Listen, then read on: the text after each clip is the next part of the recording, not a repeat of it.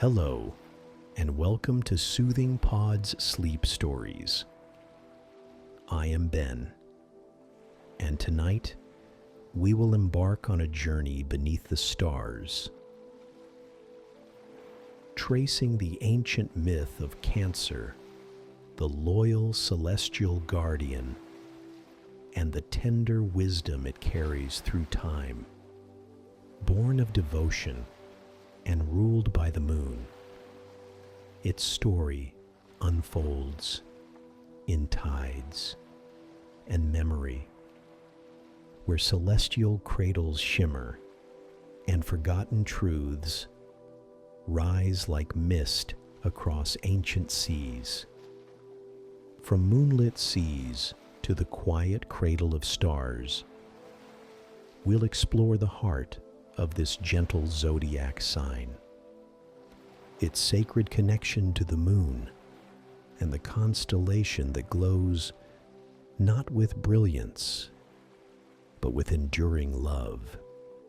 Before we begin our journey tonight, let's take time to relax and let go of the stresses of the day.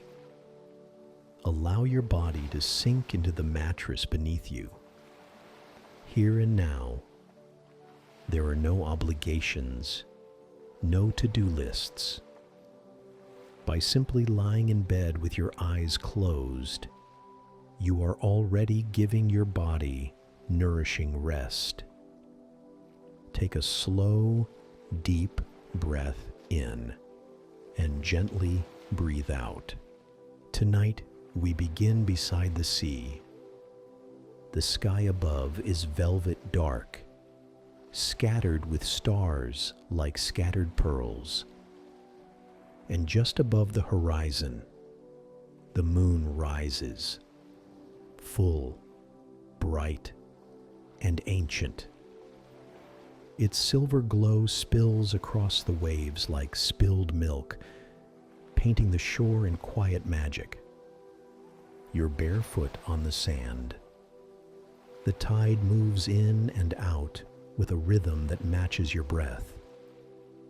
Inhale, exhale, like the ocean, always returning. The air is soft here, cool and salted, carrying the scent of the deep and the whisper of something timeless. A place untouched by time. A place where memory and myth meet. With each breath, let your body soften. Let your shoulders release. Let your jaw relax.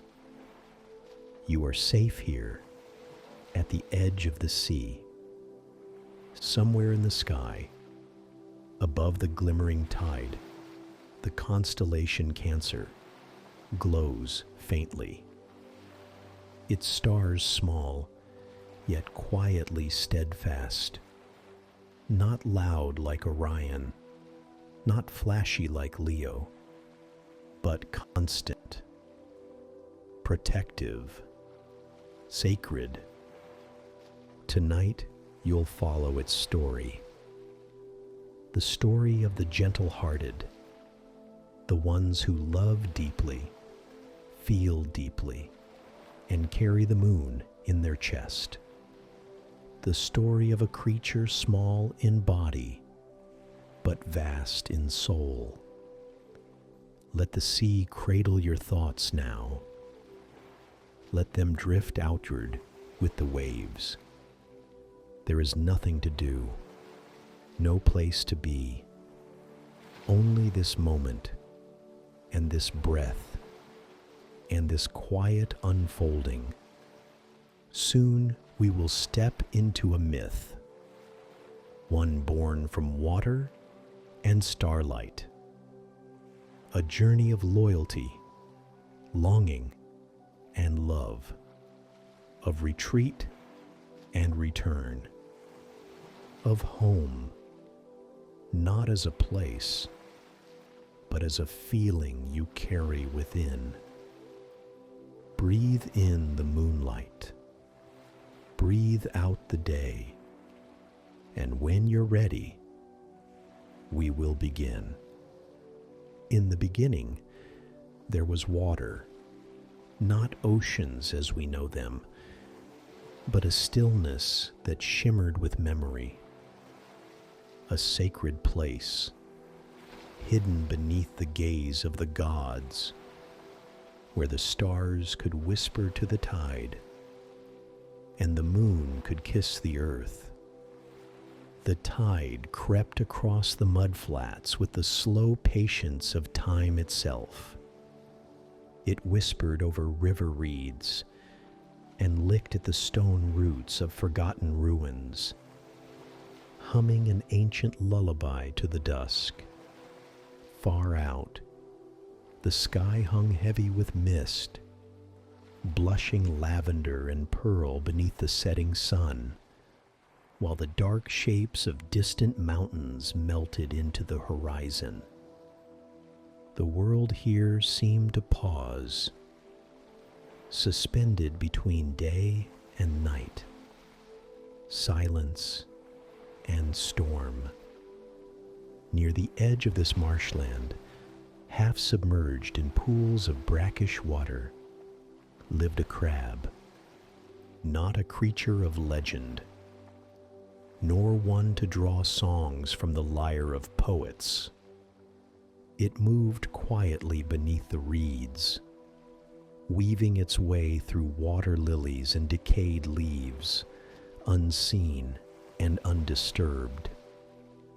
Its shell bore the dull gleam of river-worn stone, and its claws clicked softly in the stillness, like a clock ticking inside the belly of the earth. The crab was called Karkinos. Far beyond its quiet realm, stories unfolded in fire and thunder. Heroes roamed the lands, their names carved into marble and myth. Gods played their games across the heavens, moving mortals like pieces on a golden board. And among these stories, there was one, a labor, a trial, a clash of monstrosity and might. Heracles, son of Zeus, had been sent to slay the Hydra, the serpent of the swamps, whose breath was poison and whose heads could not die. Each time one was severed, two more rose in its place, hissing and gnashing with hunger for the living. The earth trembled as Heracles fought, his club swinging in great arcs through the fetid air. Mud churned beneath his feet, and the Hydra's heads writhed like black fire against the smoke-drenched sky. The swamp groaned under their fury. The reeds flattened. The water steamed. And from the shallows, Karkinos emerged. No gods had summoned it. No fate compelled it forward. And yet, through a world of fear and power, it moved. Small, unnoticed, uninvited, it crept between curling roots and shattered stone, past a dying lily pad, toward the echo of violence. The crab reached the edge of the battle just as Heracles raised his foot to strike. 100 fangs flashed toward him, and in a single breathless moment, Karkinos acted. It pinched. The hero flinched. A heartbeat of hesitation, and that was all. Heracles, with no patience for such an interruption, brought his heel down without ceremony. The crab was crushed into the mud, its shell shattered, its spirit extinguished. The battle raged on. The Hydra was eventually slain, and Heracles continued his journey, unaware of what had stirred beside him. No bard sang of the small creature beneath his heel. No temple bore its name, but the heavens had watched. Hera, queen of the gods, had long despised Heracles, yet even she did not expect to find something sacred in the undercurrent of his story. She had seen the little crab's movement, a silent gesture made not from hope of glory, but from instinct, from devotion, from something ancient and unspoken.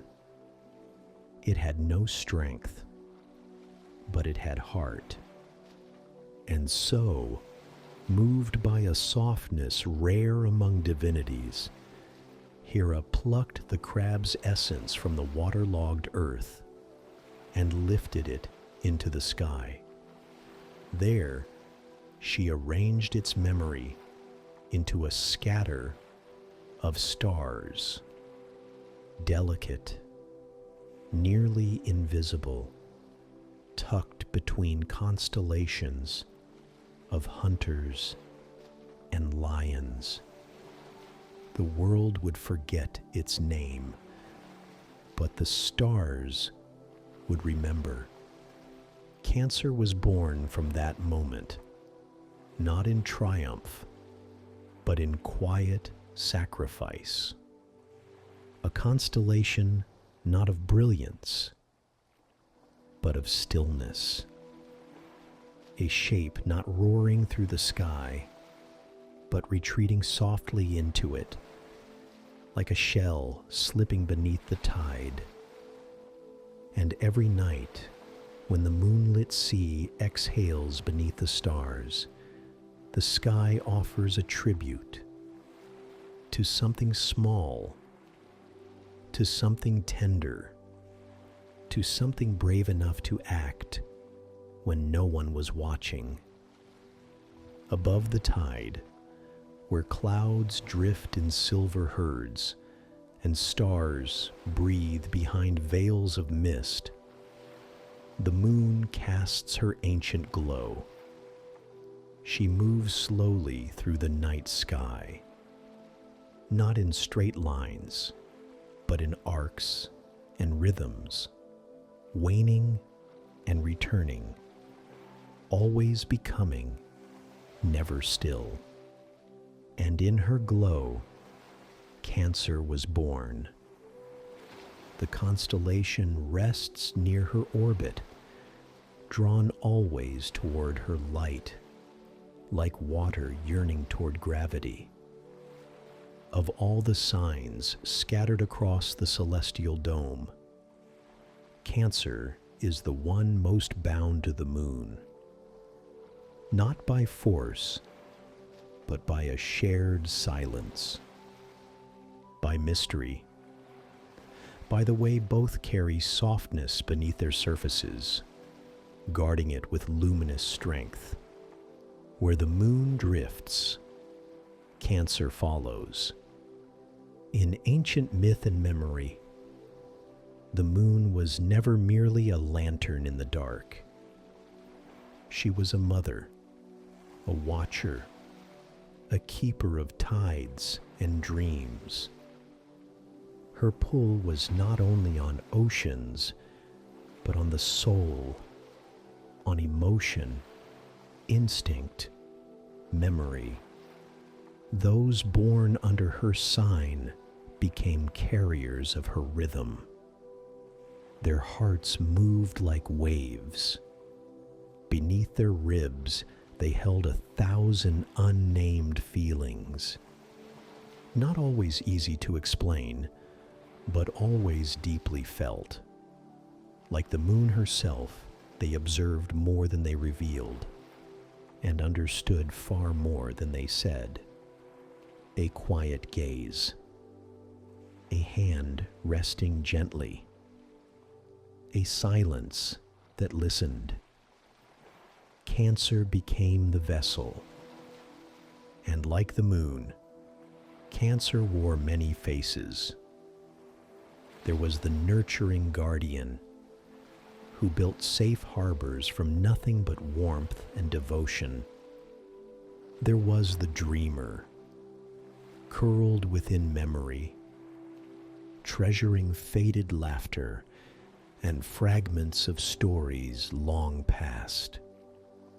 There was the protector, soft on the outside, but firm in boundaries, impossible to move once their spirit settled. What the world called mood, the moon called tide.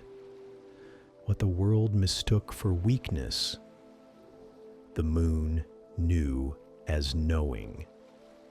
Even in darkness, Cancer glowed with a light all their own. Not the harsh blaze of fire or ambition, but a soft reflection, the kind of light found in quiet kitchens long after midnight, in lullabies, in the last words of a letter kept folded for years. Those born under Cancer did not rush toward life. They circled it, like the moon around the earth, cautious, curious, unwilling to give trust to just anyone. But when they did open their hearts, it was full, without condition, without end. They remembered things others forgot. The pause in someone's voice, the shape of a fear never spoken aloud. Their empathy ran deep, often unguarded, often overwhelming, and like the sea under the moon's command, their emotions shifted in currents. Still one moment, wild the next, always truthful. Wherever they went, they carried home with them not a place, but a feeling. They built it for others without being asked. A look, a warmth, a silence that said, "You are safe here." And when they were hurt, they withdrew into themselves, not to escape, but to repair. Their inner world was vast, an ocean of impressions, dreams, shadows, and light. They needed time, stillness, privacy, not to wall themselves off, but to realign with their own rhythm. The one that pulsed not with the demands of the world, but with the breath of the moon. To be born under Cancer was to inherit a legacy of emotion and intuition, a lineage traced through water and starlight, through lullabies whispered into the sea. It was to know that softness could be sacred, that care could be armor, that love, when true, did not need to be loud. The moon watched over them still. Each phase, from crescent to full, mirrored a chapter in their hearts. When they were radiant, she glowed alongside them. When they withdrew, she waned, never gone, only hidden, only becoming. And so, every night, as the constellation Cancer nestles close to her path, there unfolds a quiet reunion. Between child and mother, between light and reflection, between a sky full of stars and a heart full of tides. Together, they continue their endless dance, one illuminating the other, one guarding the world in silence. The shell was not armor, it was memory, it was refuge, it was home, carved slowly by time and feeling, layer upon layer of unseen tenderness turned to stone. For those born under the sign of Cancer, the shell was part of their being, not worn, but grown. It curved around them like a sacred threshold, separating the world outside from the sanctuary within. From the outside, it appeared still, sometimes impenetrable. But within, entire oceans stirred. No storm raged there, only currents of feeling too deep for words. To misunderstand the shell was to misunderstand the soul of Cancer. Some called it withdrawal, retreat, or mood. But the truth was more ancient, more instinctive. The shell was where they returned to gather themselves, not out of fear, but reverence. In solitude, they sifted through the day's fragments, a glance that lingered too long, a voice that trembled, a kindness offered and left unspoken. These were not small things, not to them. Their inner world was vast, a tide pool of memory, colored by emotion and time. Every person they had ever loved left an echo there. Every hurt carved a hollow. Every joy lit a phosphorescent trail beneath the surface. And through it all, they listened to the past, to the unsaid, to the aching spaces between moments that others passed through blindly. It was not easy, this kind of life, to feel so much, to sense without invitation, to care without certainty of return. But it was honest. Inside the shell, they were free to be unguarded. The softness others rarely saw, that ancient luminous gentleness, came alive in quiet. In their solitude, they were not lonely. They communed with memory. They dreamed. They mended. Like the moon's own phases, they disappeared only to gather light again. The outside world often misunderstood this. It expected constancy, exposure, endless motion. But Cancer moved to the rhythm of the tide, not the clock. Their timing was not linear. It was lunar. There were days when they shimmered with openness, generous and glowing, their hearts wide as the sea. And there were days when they folded inward, silent, untouchable, held inside the spiral of their own healing. They could not be forced open, but they could be invited. And when they chose to emerge, it was with immense care. The trust they offered was sacred. To be let past the shell, even for a moment, was to step into a holy space. Their love did not blaze. It held.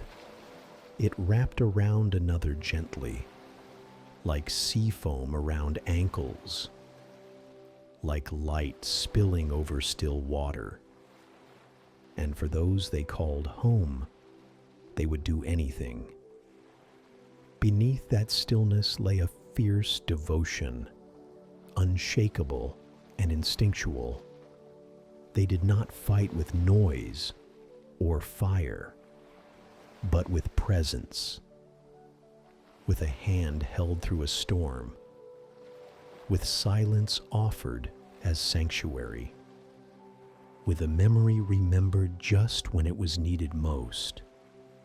There was strength in their softness, not the kind carved in marble or sung in war, but the strength of a tide that returns every night without fail, of a shell that shields without malice, of a soul that feels even when it hurts to feel. Some souls were born to guard temples. Cancer was born to build them, not from stone, but from attention, from tenderness, from the unseen threads that hold people together in the dark. And so, within the shell, a miracle unfolded daily, a quiet defiance of the world's haste, a deepening, a remembering. For the moon's child knew stillness is not absence.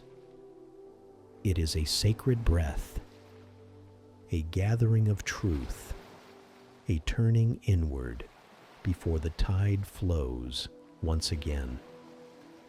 Some hearts were made for thunder, others for flame. But Cancer's heart was made of tidewater and time. It did not demand attention. It waited, patient and still, until someone truly needed it.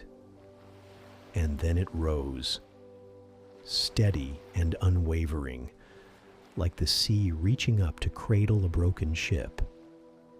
There was no performance in their kindness, no need to be praised. Care came as naturally to them as breath, as moonlight, as the hush of waves washing clean the shore. They noticed everything, the small silences others missed, the way someone's hands trembled before speaking, the way a smile could falter in the middle of joy. They saw it all, and they remembered, not out of obligation, but out of a deep, instinctual understanding that love lived in the details. This was the caretaker's heart. To be loved by Cancer was to be gently wrapped in presence, the kind of presence that held space without condition, that asked nothing but honesty, that offered refuge rather than repair. They were not here to fix, but to hold, not to instruct, but to understand. Their devotion was not loud, but it was complete. They nurtured not only people, but places, moments, memories. Their homes became extensions of themselves, soft light sanctuaries filled with familiar scents, old photographs, favorite teacups, blankets folded just so. Each corner hummed with the quiet message, "You are safe here." That was the core of their love. Safety. Not the absence of pain, but the assurance that someone would be there through it. Their loyalty was tidal. Once they gave their heart, it stayed, even when the world tried to shake it loose. They remembered birthdays long after they stopped being celebrated. They held space for wounds that others forgot. They loved across oceans and seasons and silence. And when hurt, they did not lash out. They receded into themselves, into memory, into the deeper currents. Their pain was never shallow. When trust was broken, it was not just a wound. It was a cracking of something sacred. And yet, even in heartbreak, their instinct was still to protect, to shield even the one who caused the ache. Forgiveness came not easily, but wholly. Once chosen, it was entire. There was a depth to their caring that frightened some, because it required reciprocity, not in grand gestures, but in sincerity. Cancer asked others to be real, to feel, to show up, to stay, and not everyone could. But those who could found something rare, a love that remembered them even on their worst days, a loyalty that lingered even when they pushed it away, a heart that offered sanctuary, not just once, but again and again, like the tide returning home. This caretaker's heart did not crave conquest. It craved connection. It wasn't built for crowds, but for closeness, for moonlit conversations, for shared silences, for the soft language spoken between two people who have come to understand one another without words. To Cancer, vulnerability was not weakness. It was truth. And truth, even when messy or painful, was sacred. They held grief like a seashell, turning it over gently, learning its shape, listening to its hollow song. They didn't rush healing. They honored it. They knew that some wounds simply needed time, and they gave that time freely, because that's what caretakers do. They sit beside the storm. They light candles when the world goes dark.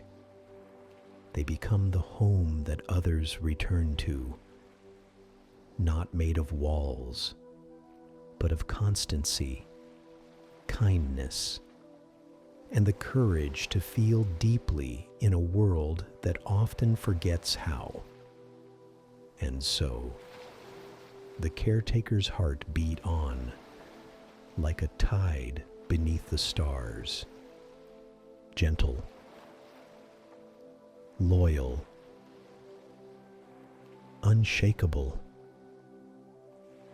not asking to be seen, only to be trusted, not needing applause, only truth.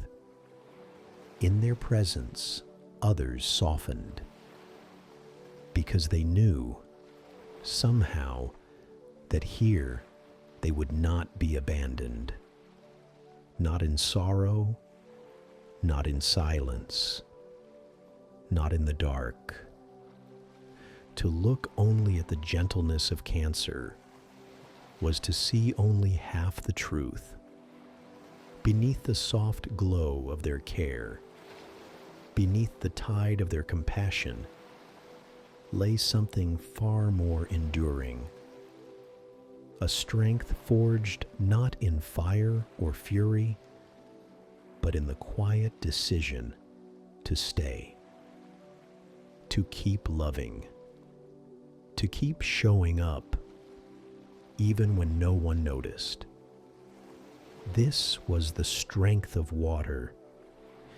It did not roar with flames, nor cut like steel, but it shaped cliffs, carved valleys.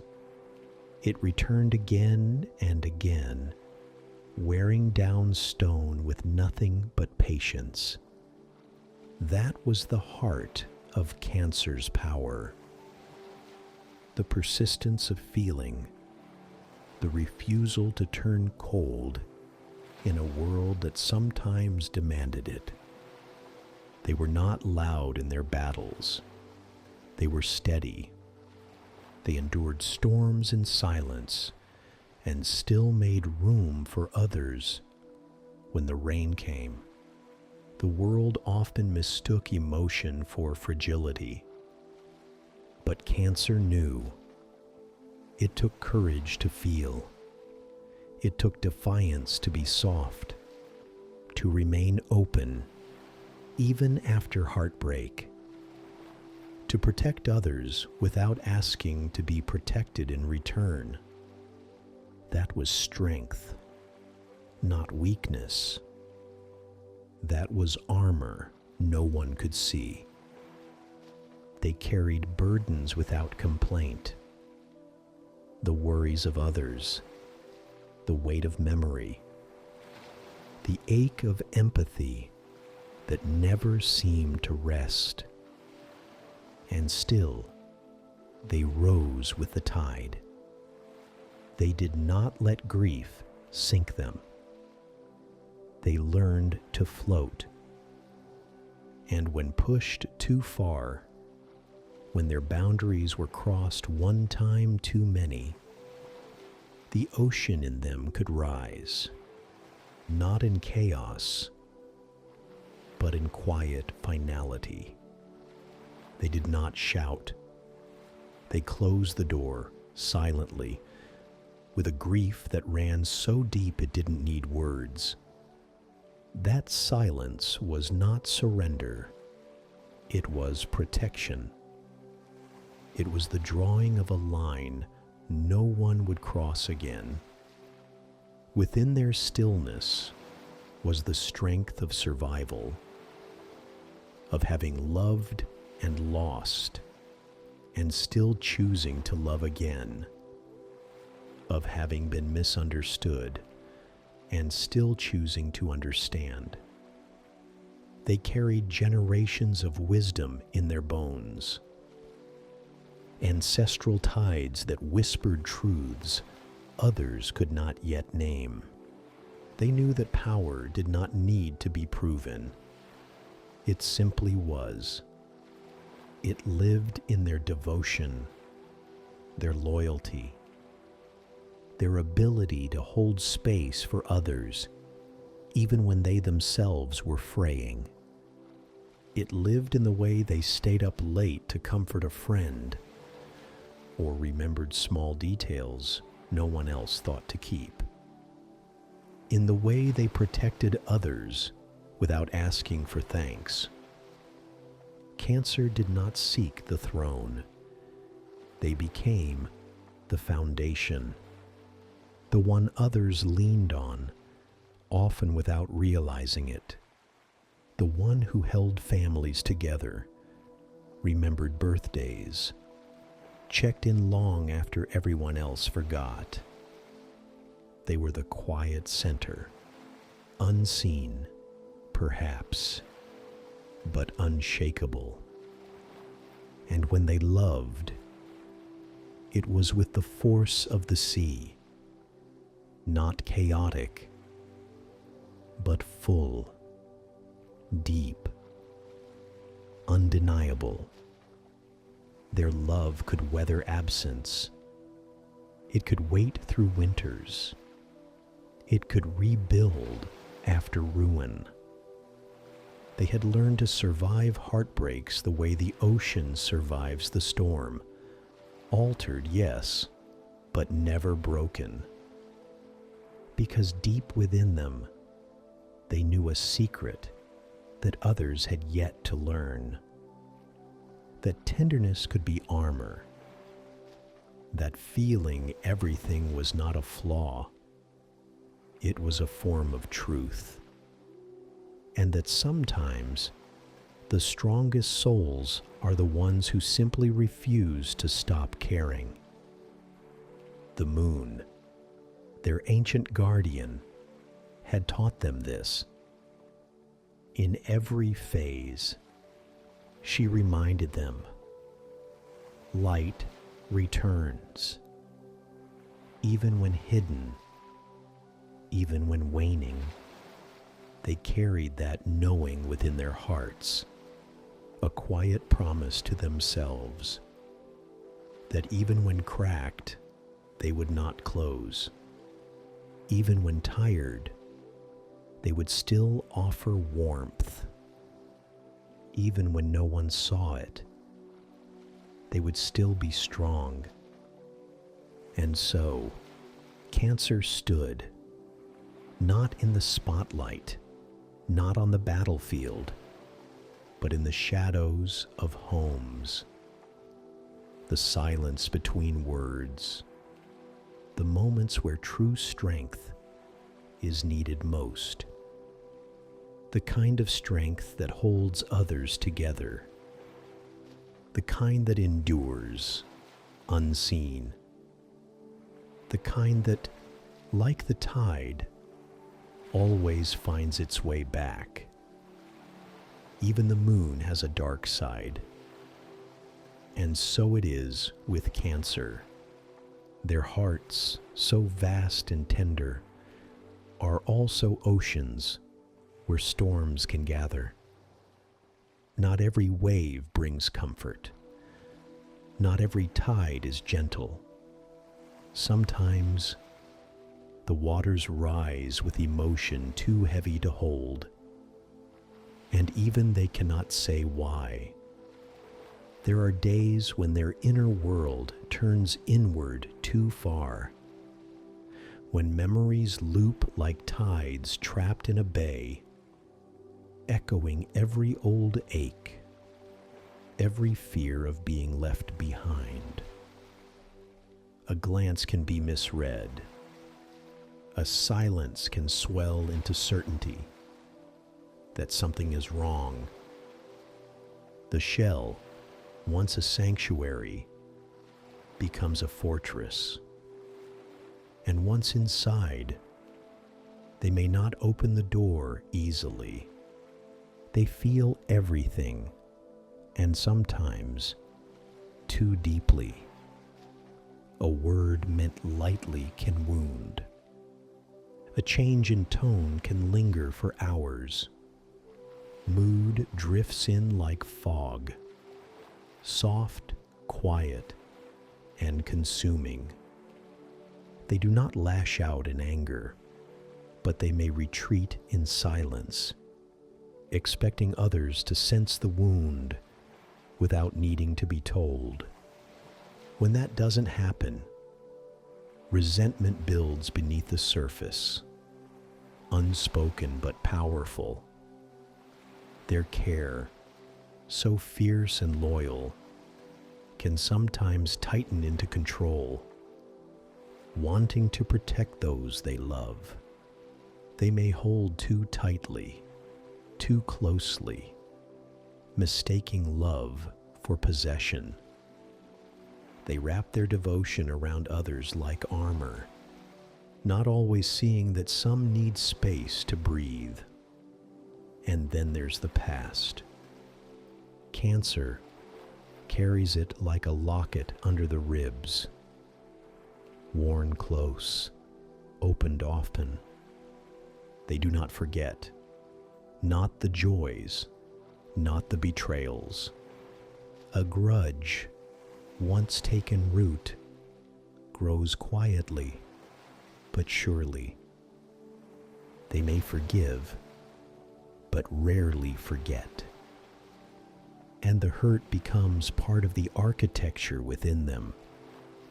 Even their nurturing can become a trap. Smothering rather than soothing, assuming needs instead of asking. In trying to protect, they may become the very storm they fear. But there is no malice in it, only fear. Fear of loss, fear of being misunderstood, fear that their love, so deep and consuming, might not be enough, or might be too much. These shadows are not flaws. They are reflections, the darker ripples of a tide that also brings peace and healing. Without them, Cancer would not be whole. The same sensitivity that causes hurt is also what allows them to feel such beauty, such grace, such aching compassion for others. In truth, their shadows are simply signals that they need to return to the shore, that they have given too much without being filled, that it is time to rest, to be held rather than hold, because even the strongest caretakers need care. Even the sea must be still. Even the moon must turn away from the sun for a time. And so they learn, slowly, gently, to soften their grip, to speak their needs instead of hiding them behind mood, to trust that love can breathe, that being vulnerable does not always lead to hurt, that the shell can open, and when it does, light pours in. Their shadows do not define them. They are simply the other side of the tide, the ebb before the return. And when that return comes, as it always does, Cancer rises again, renewed by the quiet, knowing that even the most sensitive hearts can grow strong in their softness. That darkness, when understood, can become depth, and that the same sea that stirs storms is also the sea that calms them. High above the shifting tides and moonlit shores, there drifts a faint constellation, quiet and unassuming, and yet ancient beyond measure. Cancer, not a blaze of brilliance like Orion, nor a sweeping arc like Sagittarius. Cancer rests gently in the sky, its stars so subtle that they often disappear to the hurried eye. But for those who linger beneath the night, those who know to look not for spectacle, but for meaning, Cancer veils itself, a hidden sanctuary in the heavens. Its origin in myth has already passed through the story. The little crab, crushed in a battle not its own, lifted by Hera into the sky, not for victory, but for loyalty. A single gesture, immortalized among the stars. But beyond the myth, the constellation has a story of its own, written in light and silence, in astronomy and time. Cancer lies within the zodiac, nestled between Gemini to the west and Leo to the east. In the celestial sphere, it marks the faint middle, the least luminous of the 12 zodiac constellations, but never absent. Like the sign it governs, it does not demand attention. It waits, still and soft, until the world grows quiet enough to notice. At its heart lies one of the brightest and most beautiful open clusters in the sky, the beehive cluster, also known as praesepe, Latin for the manger.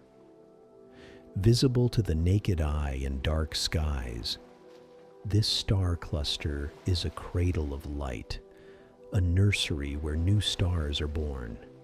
Ancient astronomers once used it as a weather omen, believing its clarity or obscurity foretold the coming of rain or storm. To the ancients, this cluster looked like a swarm of bees, flickering, alive, full of motion. In Cancer, it became a symbol of home, nourishment, and life's quiet beginnings.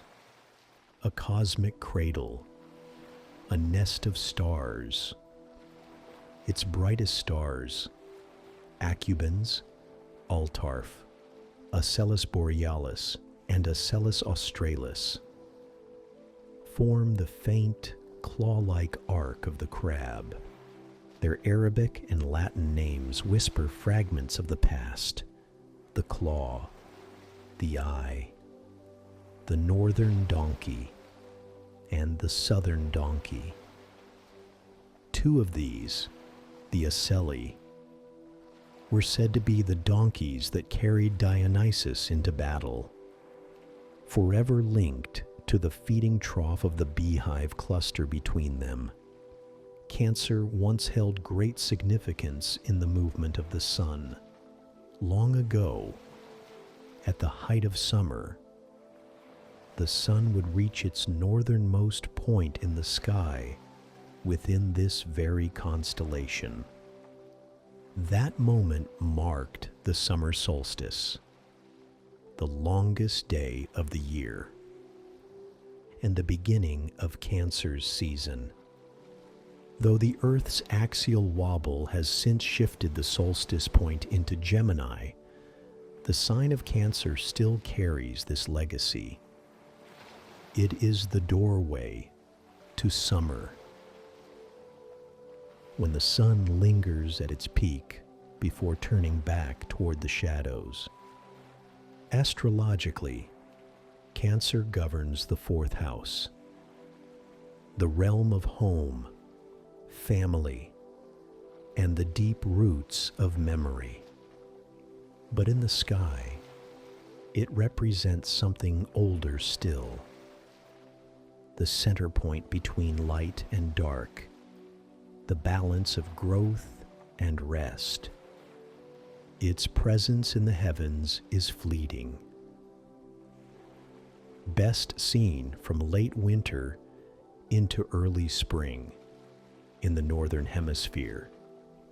In deep, moonless skies, it can be glimpsed with the naked eye, though binoculars reveal its true richness. The beehive sparkles with hundreds of stars, siblings born from the same cloud of gas and dust, still held loosely together by gravity, still echoing the shared pulse of their birth. Modern astronomy tells us that Cancer is around 506 square degrees in size, small among constellations, yet intricate. Its stars are not clustered tightly, but spread with quiet grace. It is not a warrior's blaze or a hunter's form. It is a lullaby, a hush, a shelter drawn in starlight. And in that subtlety, there is something sacred. For in a world that often values brilliance, Cancer reminds us to look more closely, to notice what is hidden, to honor the quiet centers of life. In the sky as on earth, its presence is not loud, but it is lasting. A shell of stars, a cradle of new suns, a constellation that whispers instead of roars. Time, like the sea, moves in slow and secret rhythms. It pulls the shore, washes memory, and carries stories farther than the eye can follow. And just as the moon governs the tides, so too does Cancer mark the pull between emotion and eternity, the echo between the heavens and the heart. Long after myths were first whispered by firelight, and long after the stars were named and mapped, Cancer continued its silent drift across the sky, quiet, steady, unchanging, a small constellation etched into the night, waiting with the patience of stone. But nothing in Cancer is ever truly still. Beneath the quiet lies a current, the soft shell, the gentle voice. They are not weakness. They are armor, forged not of steel, but of feeling. Cancer carries its world inside, not for secrecy, but for safety. Not to keep others out, but to keep love close. And in every era, every culture, something about that has endured. The Babylonians saw Cancer not just as a shape in the sky, but as a celestial marker. The gate between life and death, the sacred midpoint through which souls passed. The Egyptians linked it to the scarab, a symbol of rebirth and protection. To the early astrologers, it was the celestial home of the moon, its power magnified, its mystery deepened. Through these beliefs, Cancer became more than myth. It became memory, a sign of inner sanctuaries, ancestral ties, and the things we hold sacred, even when they cannot be seen. And always, always, the moon stood beside it, its soft glow a mirror to Cancer's inner light, its cycles a rhythm Cancer knows by heart, waxing and waning, pulling and releasing, never static, never ending. Just like the emotions Cancer feels so deeply. Just like the seasons it quietly honors. Just like the bonds it refuses to let go of. Even today, in the modern hush of stargazing nights, Cancer is there. almost invisible, yet present. The beehive cluster still flickers. The donkeys still stand watch. The stars still form their gentle arc, unnoticed by many, but unchanged by time. It remains the only constellation of the zodiac, born not from a great hero or beast, but from a quiet act of loyalty. It is not conquest that earned its place in the sky, but devotion. And that is perhaps the truest essence of Cancer. Because in the end, Cancer teaches that not all power roars. Some power lingers in lullabies, in homecomings, in the way a hand can steady another without words, in the way love endures, across distance, across silence, across generations. Cancer lives in the tenderness passed down from grandmother to child, in the pull to protect what is fragile, in the way a place or scent can reopen memory like a door. It lives in the pause before tears, the hush of understanding, the ache of nostalgia that isn't pain, but longing. It is the tide that returns, always. The tide that never forgets where it has been, or who waited on the shore. And so, as the story draws to a close, the sky above remains, unchanged, but not unnoticed. Cancer drifts there still, above rooftops and rivers, beyond fields and forests. It does not blaze, it does not shout, but it waits.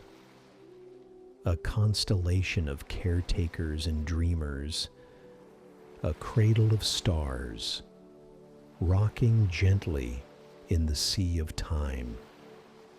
And beneath it, the world sleeps, held not by noise, but by knowing that somewhere in the sky there is a place for those who feel too much, a place for those who remember, a place for those who love without needing a reason. Cancer is that place, and it will always be there, waiting in the dark. A shimmer, a shelter, a soft tide returning home. I hope you enjoyed tonight's journey, and it has brought you a night of peaceful, restful sleep. Please join me again tomorrow night for another sleep story.